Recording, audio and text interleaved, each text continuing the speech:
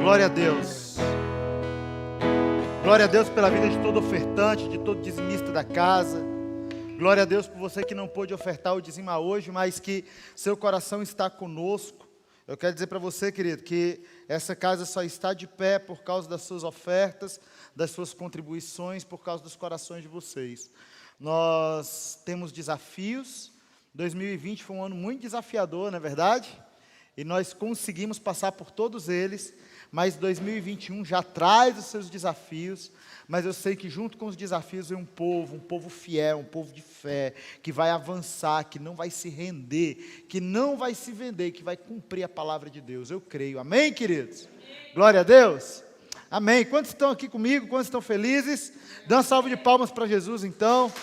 Aleluia. Glória a Deus. Amados, como o ano está terminando, o Espírito Santo me guiou para mudar um pouco o estilo.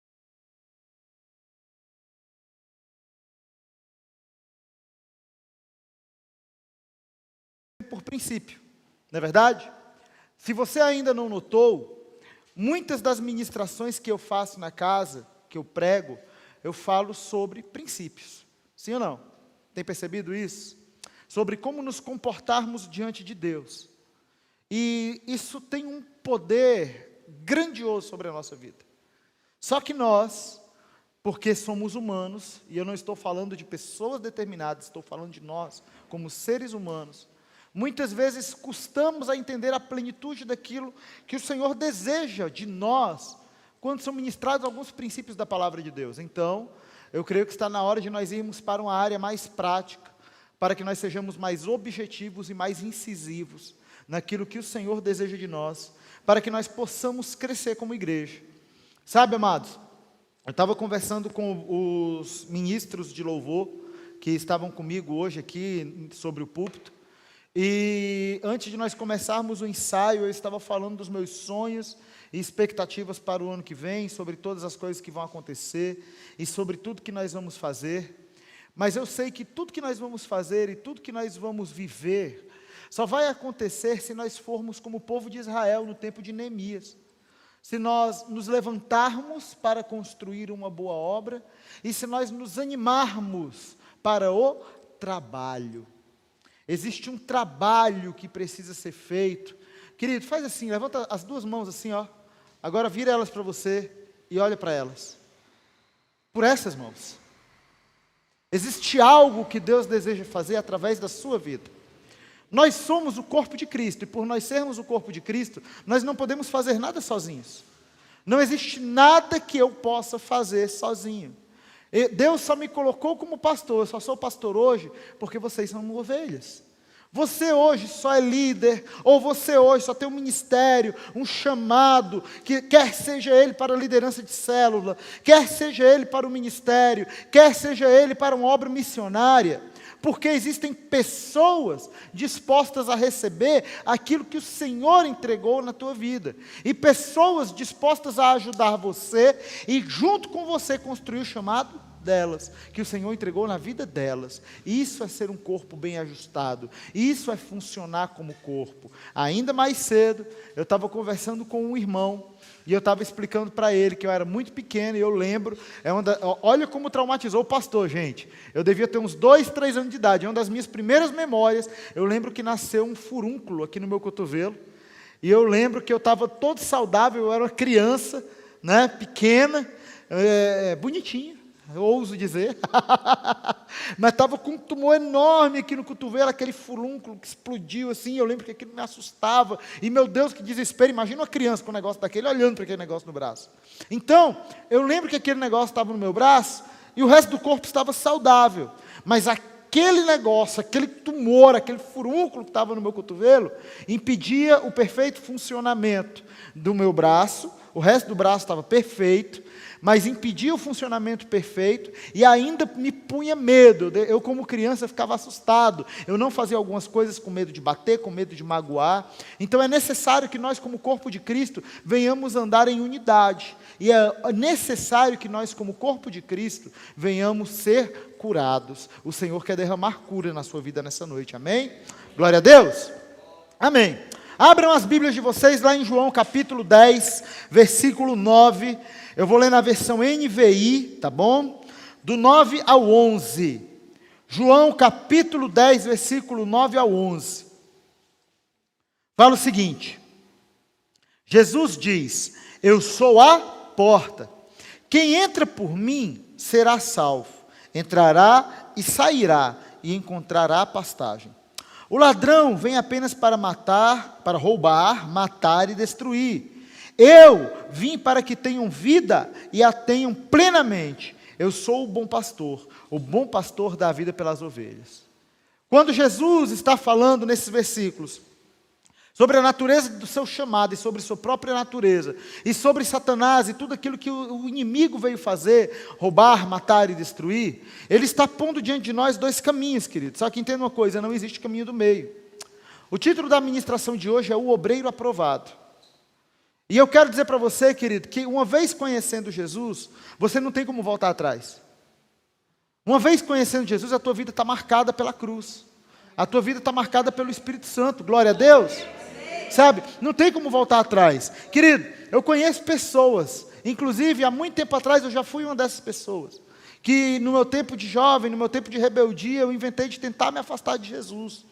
E eu lembro que todos os dias eu acordava e dormia com aquele fogo, aquele incômodo no meu coração, dizendo: ei, você está errado, ei, você não deve fazer isso, ei, eu quero você de volta, ei, você é meu, você está longe do lugar para o qual eu te mandei, você está longe do lugar, do lugar que eu quero você. Até que chegou um dia que o Espírito Santo me constrangeu de tal forma que eu não tive como resistir e eu voltei. Graças a Deus esse tempo não demorou muito, mas eu lembro desse tempo onde eu tentei caminhar pela minha própria vontade e não pela vontade do Senhor.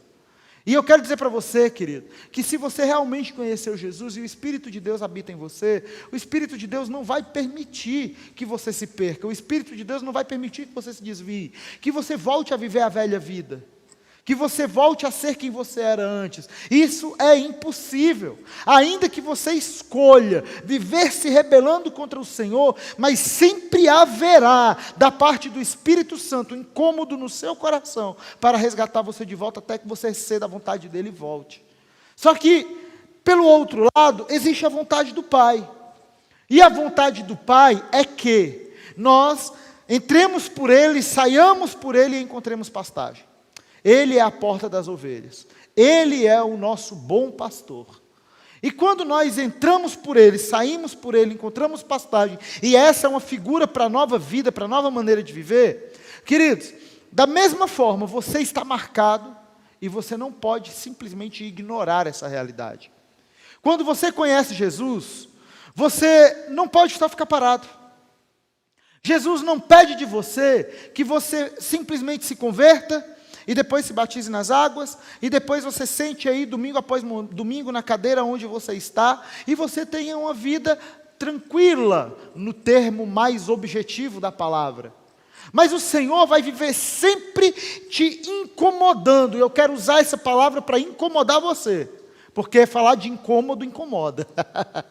Então o Senhor sempre vai estar te incomodando, para que você faça algo que Ele chamou você para fazer. É impossível, querido. Sabe, eu conheço alguns crentes que até tentam viver uma vida de mornidão. Mas a palavra de Deus nos diz que aquele que é morno, cuide para não ser vomitado pela boca do Senhor. Isso fala lá em Apocalipse, não é verdade? Quem dera fosse quente ou frio, mas porque é morno, estou a ponto de vomitar da minha boca, assim diz o Senhor. Sabe, então nós precisamos entender, queridos, que nós, eu e você, estamos em uma batalha. Essa batalha vai contra os nossos inimigos, vai contra Satanás e seus anjos, principados, potestades, dominadores e forças espirituais do mal. Mas essa batalha também é contra a nossa carne e o nosso próprio querer. Porque a nossa carne só deseja uma coisa: conforto e descanso carnal.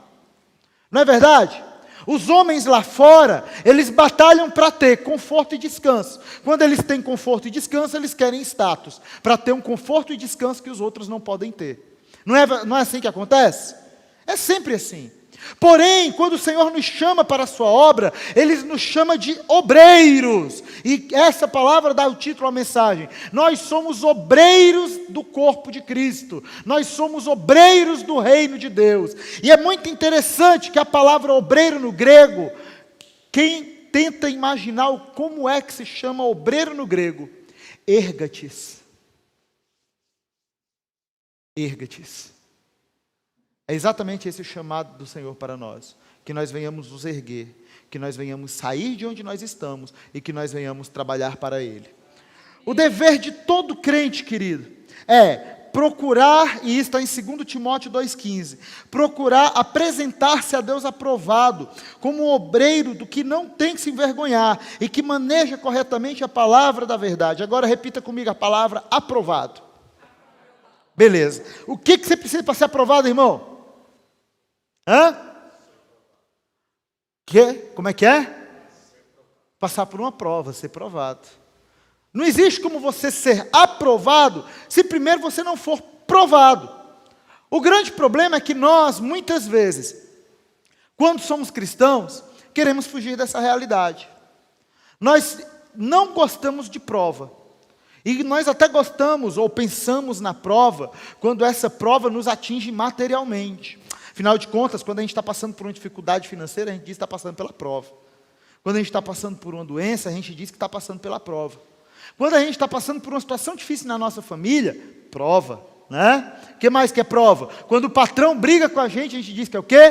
Prova, né? Quando o carro quebra e você fica no centro de São José dos Pinhais, parado, sem saber o que fazer e precisa chamar um guincho, eu ontem, prova.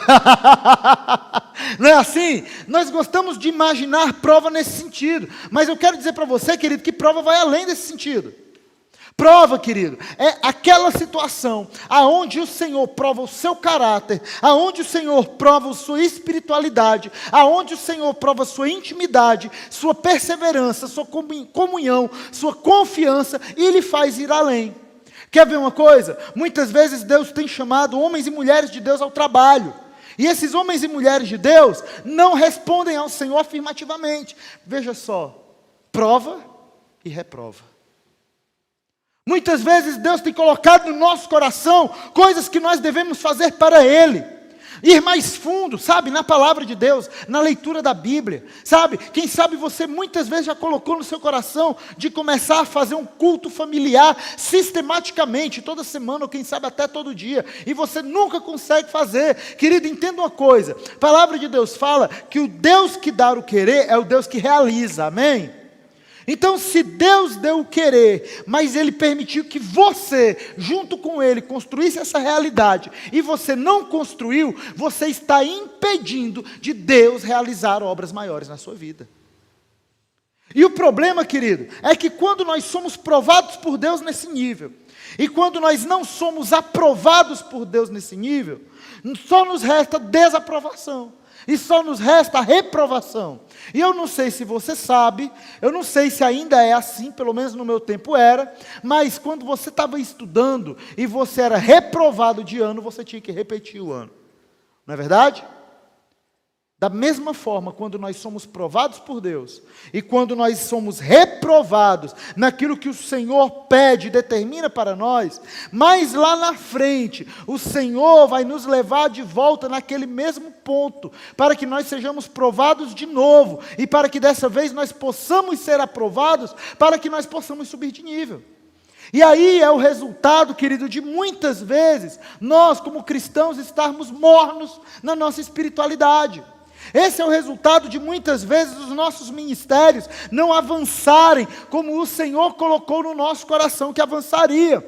Esse é a prova, ou o resultado, ou a causa de muitas vezes nós buscarmos ao Senhor, mas sabe, parece que não é como antigamente, sabe, parece que não é daquela mesma forma que era no começo, e o pessoal fica jogando a culpa no primeiro amor, dizendo que tem que voltar ao primeiro amor. Eu gostei muito do que o Osiel falou alguns dias atrás aqui nesse altar. Esquece essa história de primeiro amor, irmão, você só tem um amor, e o teu amor é Jesus, amém? Sabe, irmão? Então, querido, você não precisa ficar dando desculpa. O que acontece é que quando você se converteu, você vivia debaixo de uma palavra: uau. Você estava impressionado com o reino de Deus. Você viveu um tempo onde você fazia todas as coisas e fazia muito bem feito. O pastor dizia para você, irmão, nós vamos ter um culto 3 horas da madrugada. Você dizia, pastor, eu estou lá. O pastor dizia, nós vamos fazer 5 vigílias esse mês. E você vai ministrar 4. Você dizia, estou lá. O pastor dizia, irmão, nós vamos fazer um propósito de oração. Nós vamos passar 1 hora ajoelhado. E você dizia, estou lá. E de repente, você foi achando algumas outras coisas. Você foi achando outros motivos. Você foi achando algumas distrações, e você foi deixando de fazer aquilo que o Senhor te pedia para fazer. Então você quebrou o ciclo de aprovação e acabou entrando num ciclo de reprovação. E daí você fica procurando o motivo, e procurando o motivo, porque parece que as coisas não são mais tão boas, porque parece que você não é tão mais espiritual, porque parece que Deus não está se revelando tanto, mas na verdade a única coisa que Deus precisa é que você dê uma resposta favorável àquilo que Ele está lhe pedindo. Você compreende, irmão? Amém? E a aprovação, querido, tem um segredo. Se você caminhar mais 4 versículos, lá no livro de 2 Timóteo, versículo 2, lá no versículo 19, abre a tua Bíblia aí, 2 Timóteo, capítulo 2, versículo 19.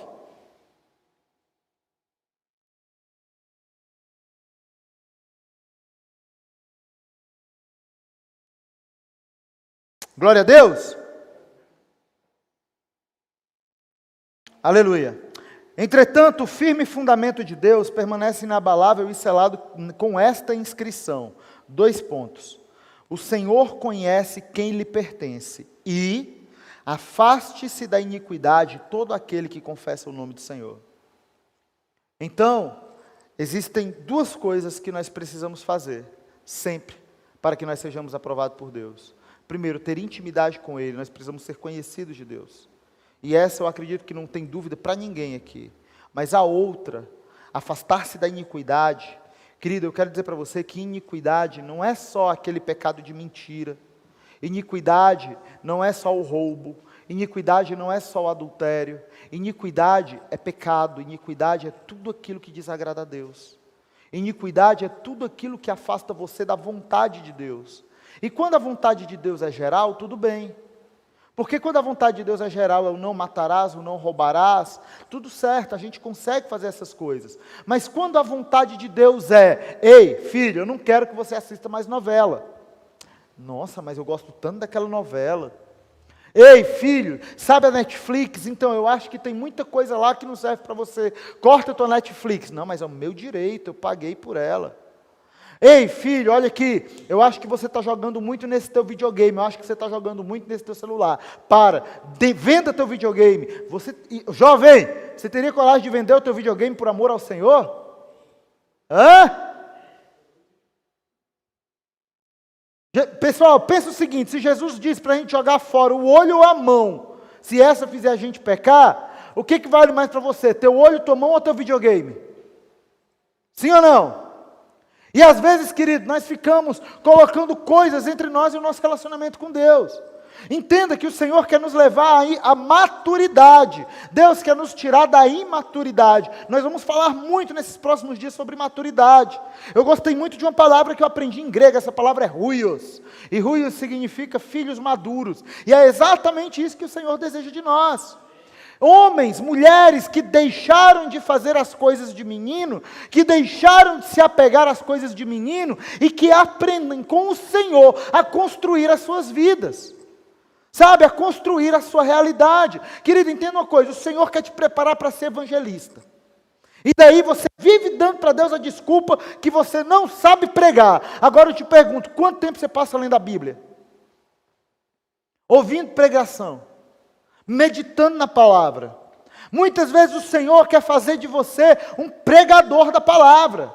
Querido, quantas vezes você já se permitiu ser desafiado e ser incomodado ao ponto de subir a um púlpito para falar da vontade de Deus só porque Deus disse que era a tua oportunidade? Querido, muitas vezes nós queremos fazer grandes coisas. Eu vejo que está muito na moda, e infelizmente eu tenho que usar essa palavra, está muito na moda ajudar o próximo.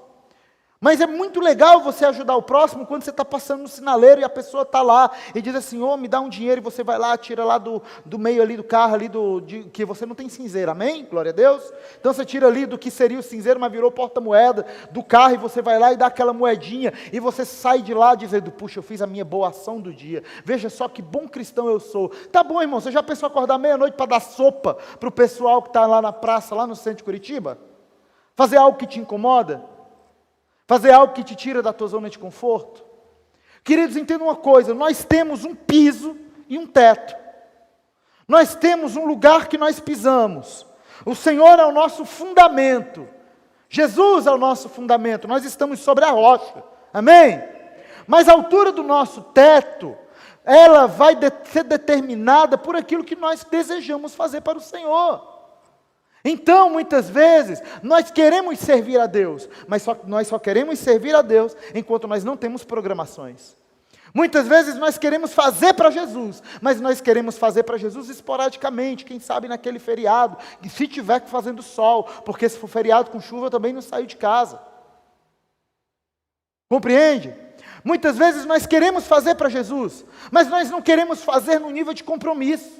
Nós queremos fazer no nível de nos sentir bem. Aí vem a minha pergunta, será que nós realmente estamos fazendo para Jesus, ou será que nós estamos fazendo para amaciar nossos egos? Para fazer média conosco mesmo e a gente poder dar uma desculpa para ele e dizer, não, aí peraí Jesus, mas você não lembra? Eu fiz. Eu dei aquela esmola. Bateu aquele cara lá na porta de casa e eu dei aquele alimento. Tá bom, mas você já saiu da tua casa para dar o alimento?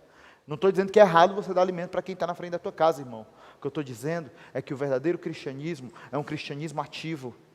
O que eu estou dizendo para você é que para o Senhor te colocar nos lugares aonde Ele deseja que você esteja, e parece muito redundante, mas irmão, entenda uma coisa, o Senhor quer ter um relacionamento contigo, amém? Então, se o Senhor quer ter um relacionamento contigo, o que vai determinar esse nível de relacionamento é a tua intimidade com Ele. Você vive orando por poder, irmão. Sim ou não? Quantos oram por poder? A igreja ainda ora por poder, gente? Eu oro por poder. Você vive orando para fazer milagre. Quem aqui já teve no coração o desejo de fazer milagres? Levantar mortos, curar doentes. E você quer fazer isso aonde? Dentro da tua igreja, depois do culto. Mas ir lá no hospital onde os doentes estão esperando por você, você não quer ir. Entende, amados? Por que eu estou trazendo nesse nível? Eu estou trazendo nesse nível, queridos, porque nós como igreja, e eu me ponho nesse lugar, nós gostamos muito de aprender. E o Evangelho, em algum momento, se tornou um conjunto de normas morais. Isso já aconteceu com a igreja antes. Semana eu estava lendo a história da igreja, um dos assuntos que eu mais gosto de estudar. E enquanto eu li a história da igreja, algo me chamou a atenção. O autor do livro que eu estava lendo diz o seguinte: a igreja primitiva passou rapidamente de uma igreja espiritual que existia na época dos apóstolos, para uma igreja que entendia o cristianismo como um elevado conjunto de valores morais. Algo semelhante com agora? Não se trata do quanto você ora, parece que o cristianismo não se trata mais do quanto você ora, parece que ele se trata do quanto você é bom diante das pessoas. Não se trata do quanto você se mantém em santidade no sentido de não pecar, se trata de quão bom você aparenta ser. Parece que não se trata de quanto você realmente busca, tem fome e sede. Gente, eu fico agoniado quando eu falo sobre fome e sede. Vocês me viram falar sobre fome e sede aqui na hora da ministração. Mas a verdade é que quando eu falo sobre fome e sede, parece que eu não consigo exprimir a força, a potência que essa expressão tem. Porque ter fome e ter sede é largar a vida. É abandonar tudo que você é, sabe, é sair da pregação bonitinha. Gente, eu podia estar aqui agora com lágrima nos olhos, falando bonito, chorando, fazendo você chorar, mas o que eu estou te levando é um compromisso, porque qualquer lágrima que nós possamos chorar, sem um verdadeiro compromisso, vão ser lágrimas de crocodilo, vão ser emoção de culto, e nós como igreja não podemos viver emoção de culto. Nós como igreja somos muito mais do que isso. Nós como igreja somos chamados para ser a família da fé e para destruir o inferno lá fora. Mas muitas vezes o que eu vejo é o inferno gerando, vivendo, criando influência no nosso meio. Porque nós saímos da igreja e as nossas amizades não falam de Jesus. Nós saímos da igreja e os nossos sonhos não sonham sobre Jesus. Nós não sonhamos sobre ganhar almas, nós não sonhamos sobre abrir igrejas, nós não sonhamos com as nossas células, em multiplicá-las, em abrir novas células, nós não sonhamos com a conversão do nosso vizinho, nós sonhamos com a nossa casa própria, nós sonhamos com o próximo carro, nós sonhamos com uma conta bancária gorda, nós sonhamos com um celular melhor, nós sonhamos com roupas melhores, e aí depois a gente fica chegando para Jesus e dizendo: ei, Jesus, derrama poder. Para quê, irmão? Para você ter um tênis da Nike? Eu sou culpado de tudo isso, queridos. Mas nós não podemos mais viver assim. Sabe, eu estou cansado, e quando eu falo cansado, estou falando no sentido literal da palavra, de chegar aqui no domingo e ver cadeiras vazias, sabendo que eu e você, como cristãos, fomos feitos perfeitos e sadios, para que nós possamos buscar o perdido. A pergunta é: será que nós temos nos importado com os perdidos? E aí nós nos perguntamos: Senhor, por que eu não tenho fogo? Senhor, por que o teu Espírito não vem com poder? E daí os mais velhos de igreja, né, olham e dizem assim: nossa, era tão bom naquele tempo, onde eu estava lá na igreja tal, e o fogo descia, e o Espírito Santo vinha. Gente, eu falo isso também. Mas naquele tempo, aquela igreja na qual você se converteu e a qual você é fruto, se importava com as coisas que hoje você não se importa. E agora nós precisamos voltar a nos importar. Queridos, a palavra de Deus é clara. Aquele que quiser ganhar a sua vida vai perdê-la. Mas aquele que perder a sua vida por amor de Jesus vai ganhá-la. Filho, você não vive pela força do teu braço. Querido, não é você que faz. O dinheiro não chega porque você é bom. O dinheiro não chega porque você é um bom profissional. O dinheiro chega porque Deus te dá provisão. Porque eu conheço testemunho de gente que nem trabalhando está e está recebendo salário. Já conheceu algum testemunho assim? Você precisa de dinheiro para comprar um carro, irmão? Não, você só precisa de Deus. Conheço testemunho, vocês também, de gente que ganhou carro. Sabe, irmão? Então está na hora da gente começar a se preocupar com aquilo que realmente importa para nós. Nós precisamos começar a perseverar na presença de Deus, nós temos que nos arrepender como igreja, gente. Pessoal, nós temos que passar, eu falei isso hoje na confraternização de célula, lá junto dos céus. Gente, nós não temos que sair de 2020, nós temos que vencer 2020. Sabe, a gente não está saindo de 2020 fugindo. Eu vejo gente dizendo que está saindo de 2020 fugindo. Tomara que esse ano acabe logo. Tomara que vá embora. Irmão, deixa eu dizer uma coisa para você: se você não venceu 2020, você não está habilitado para viver 2021. Compreende?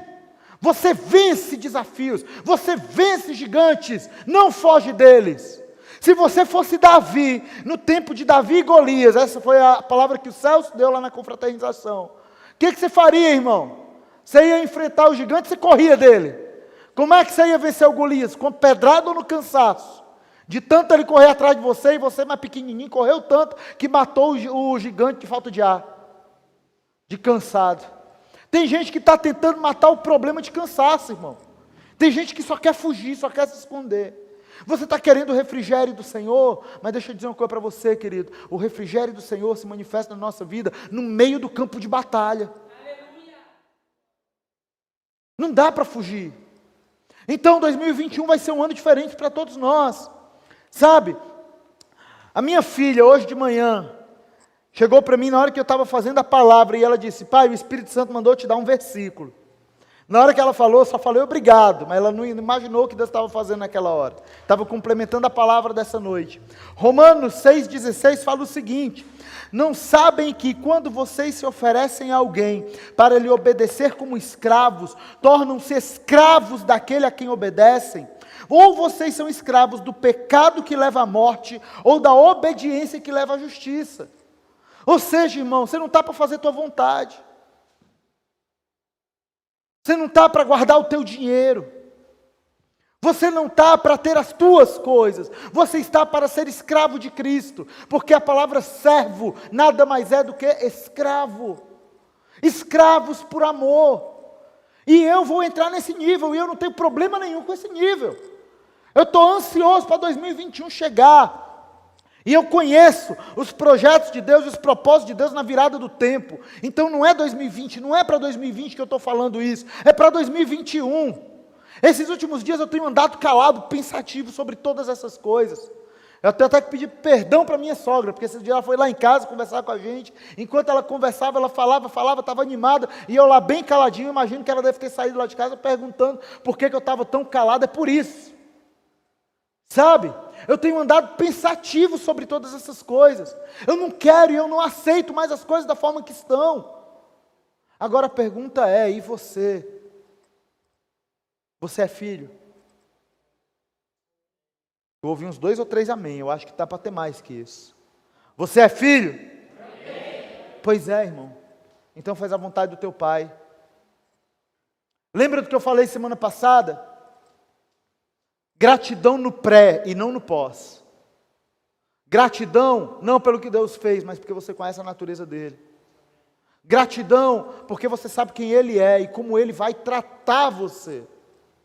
Ah, mas ele já me deu muita coisa, amém, seja grato por isso também, querido, glória a Deus pela sua vida, mas não seja grato pelo que ele fez, seja grato por quem ele é, porque você sabendo quem ele é, você sabe o que ele vai fazer, e você pode entregar antes de receber, e a palavra do meu Deus diz que melhor é dar do que receber, entende? Então está na hora de nós darmos, querido, na fé de quem Deus é.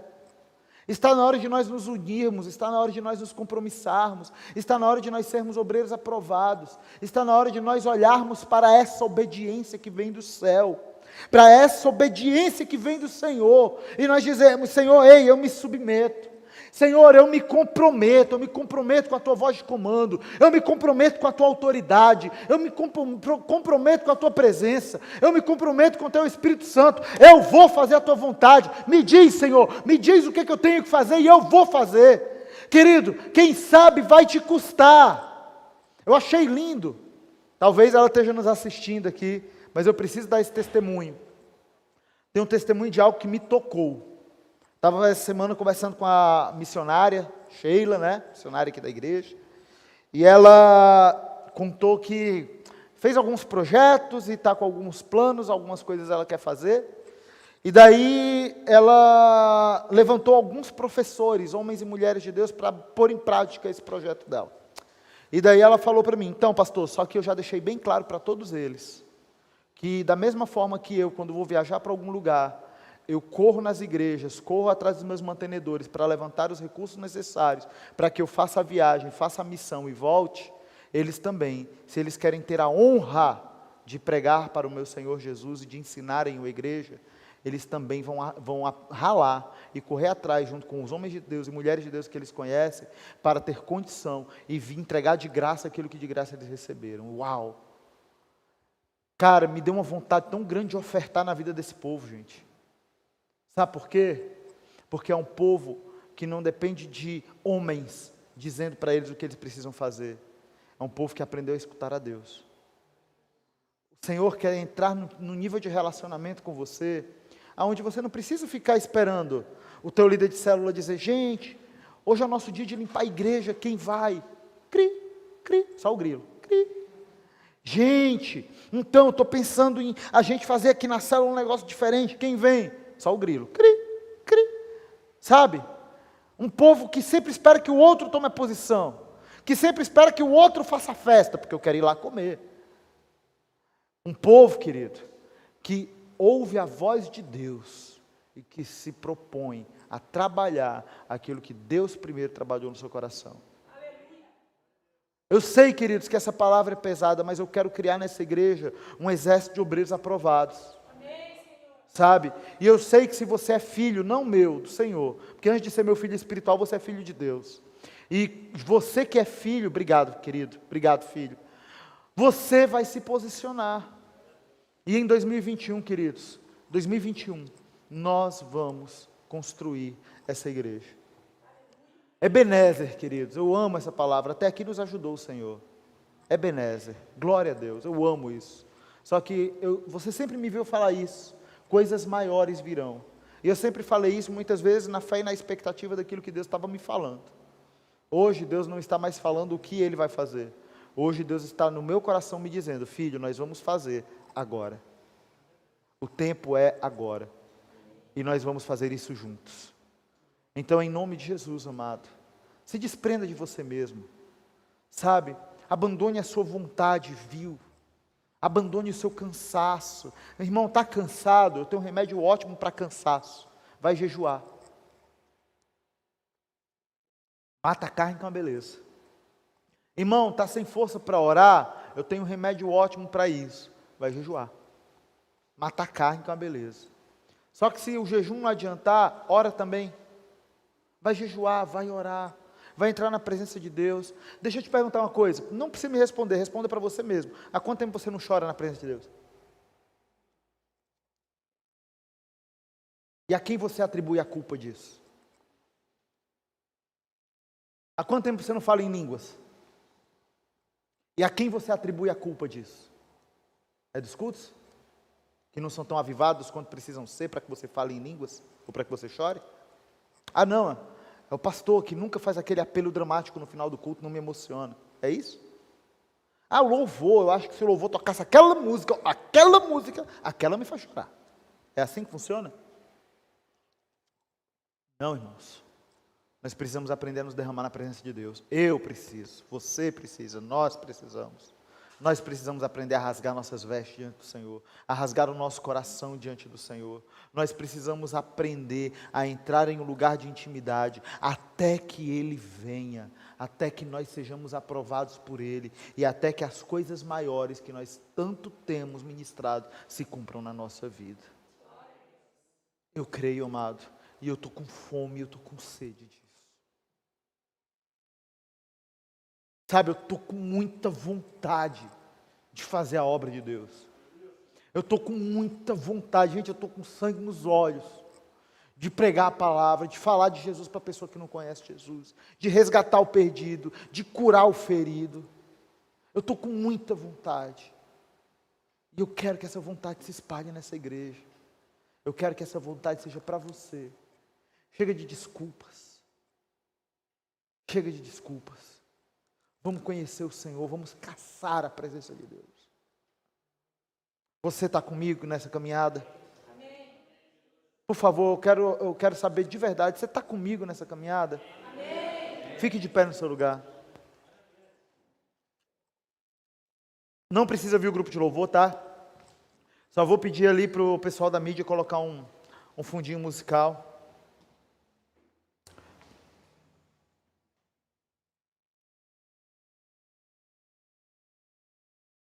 Eu vou resistir à vontade de pedir perdão no final da ministração. Porque eu sei que o que eu falei hoje aqui foi pesado. Mas eu sei que nós precisávamos disso. E não é você que precisa disso, irmão. Deixa eu falar uma coisa para você. Eu não falei diretamente para ninguém aqui. Eu estou falando para mim. Entendem? Vocês entendem isso?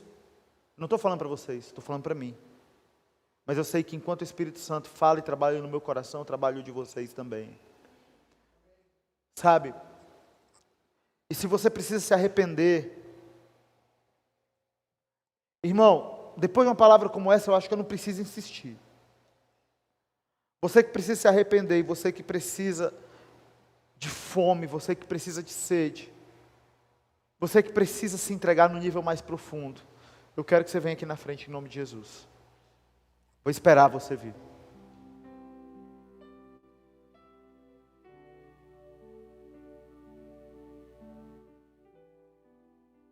Só quem quer mais fome, quem quer mais sede, por favor, vem aqui na frente.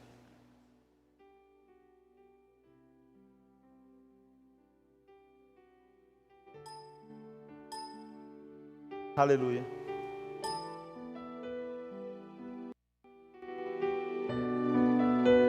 Feche seus olhos.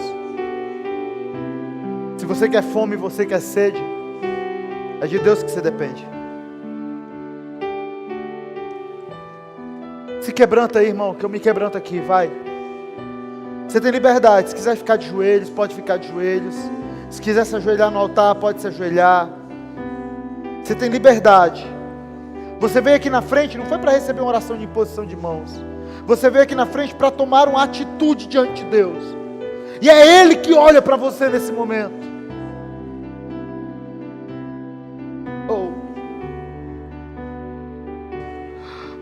Oh Espírito Santo, Santo, Santo. Ó Pai, por favor, aviva a Tua igreja, Senhor. Senhor, o nosso evangelho não pode ser um conjunto de regras e condutas morais. Não se trata de ser melhor, ó Pai, no sentido de quem sabe ter uma melhor emoção, melhor pensamento. Nós queremos ser seres espirituais, ó Pai. Senhor, nós precisamos cobrir nossas casas. Nós precisamos orar, Senhor. Nós precisamos render o nosso coração. Jesus, perdoa, Pai.